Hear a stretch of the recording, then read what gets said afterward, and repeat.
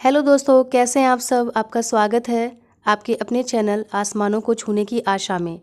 चलिए हम लोग कहानी सुनते हैं कलेक्टर की अम्मा का पार्ट 2। उसने झुमकी से भी अच्छे से बात की। उसने झुमकी से तौलिया मांगा। वैसे तो वो झुमकी को अपना कोई काम करने नहीं देता था, पर उस दिन खुशी में चूर था।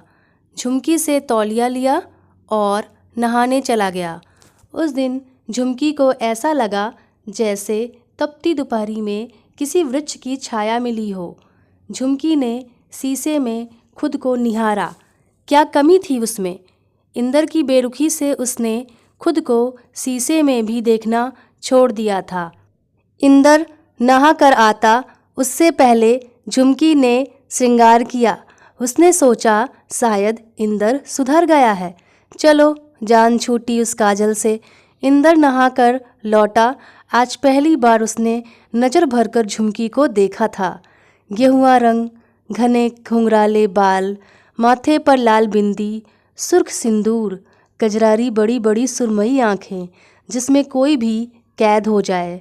कुछ देर तक के लिए इंदर सुध बुध खो चुका था कि अचानक उसे ध्यान आया कि वो चमकीला लाल लिफाफा कहाँ गया। वह इधर उधर ढूंढने लगा।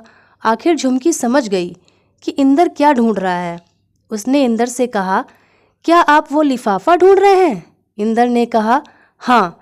शायद आपने ध्यान नहीं दिया। आप मुझे सरप्राइज़ देना चाहते थे। ये देखिए, मैंने पहन लिया।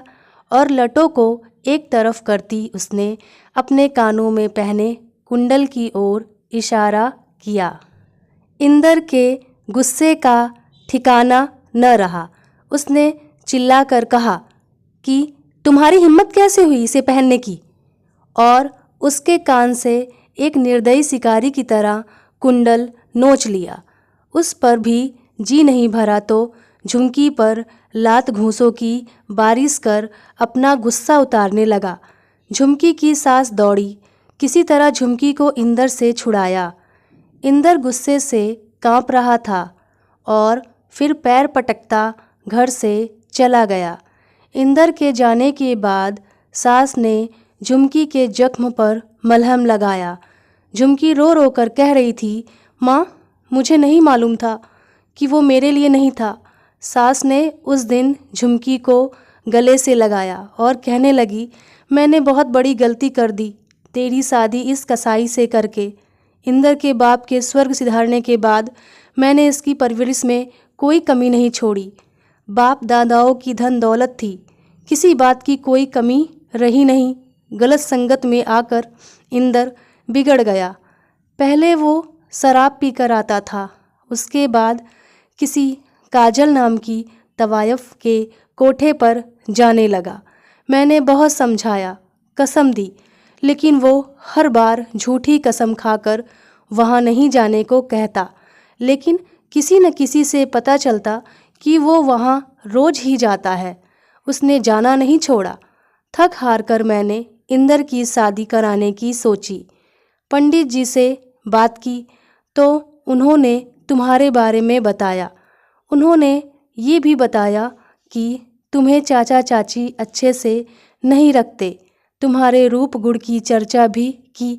जब मैं तुमसे मिली तो देखती ही रह गई। मुझे लगा कि तुम ही शायद इस इंदर को सुधार सकती हो। उसके सर से इस काजल का भूत तुम्हारी खूबसूरती के आगे उतर ही जाएगा। लेकिन शादी के दूसरे दिन मैंने जान लिया कि तुम उसे अपना नहीं बना सकी।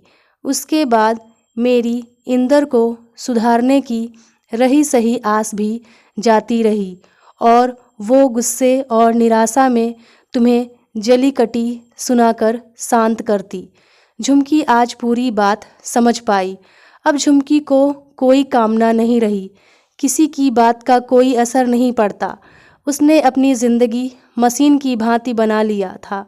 इंदर का अस्तित्व उसकी ज़िंदगी से धुएं की तरह उड़ गया। लेकिन अब इंदर उससे बात करने का बहाना ढूंढा करता। जानबूझकर कोई सामान इधर उधर रख झुमकी को ढूंढने के लिए बुलाता। झुमकी चुपचाप से सामान ढूंढ कर रख देती और कमरे से बाहर निकल जाती। सास उसे अपनी बेटी की तरह मानने लगी थी। झुमकी को जैसे माँ मिल गई थी। एक रात इंदर पी कर आया। झुमकी ने उसकी तरफ ध्यान नहीं दिया, वो लेटी रही।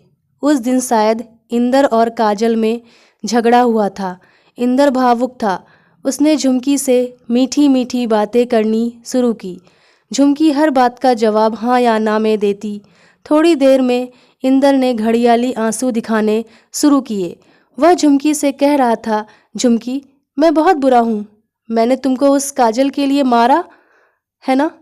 तुम नहीं जानती झुमकी, पिता के गुजरने के बाद मैं बुरी संगत में बहक गया। ये सच है कि पिता किसी भी घर का वट वृक्ष हैं। पिता की डांट फटकार और माँ का प्यार दुलार बच्चे के लिए समय समय पर बहुत ज़रूरी है, जो असमय पिताजी की मौत के बाद मुझसे छिन गई। फिर काजल मेरी ज़िंदगी में आई। शराब और शबाब का नशा मुझ पर इस कदर हावी हुआ कि मैं बहता ही चला गया। उसकी सज़ा तुम्हें मिल रही है।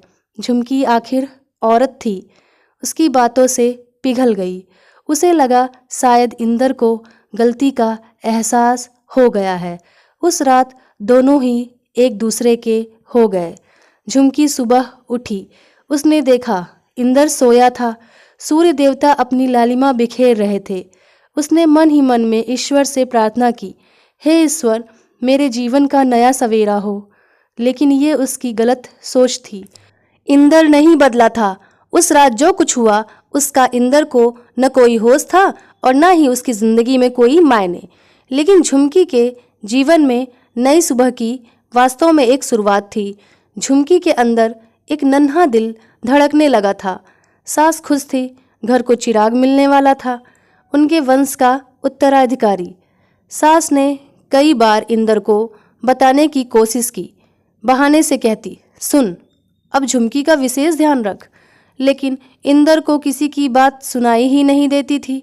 उसके दिल दिमाग पर काजल ने पूरा कब्जा कर रखा था। इंदर की माँ चिंतित रहती झुमकी के लिए। बहाने से कहती, सुन, अब झुमकी का विशेष ध्यान रख। लेकिन इंदर को किसी की बात सुनाई ही नहीं देती थी। उसके दिल दिमाग पर काजल ने पूरा कब्जा कर रखा था। इंदर की माँ चिंतित रहती झुमकी के भविष्य को लेकर। आखिर क्या लिखा है झुमकी के भविष्य में? क्या उस बिन माँ की बच्ची के ज़िंदगी में पति का प्यार लिखा है या इससे भी ज़्यादा ठोकरें खानी है? देखते हैं इसके अगले पार्ट 3 में। दोस्तों, अगर आपको यह कहानी पसंद आ रही है तो कृपया हमारे चैनल को सब्सक्राइब करके हमारा हौसला बढ़ाएं और एक प्यारा सा कमेंट करें। वीडियो को लाइक करना नहीं भूलें। धन्यवाद।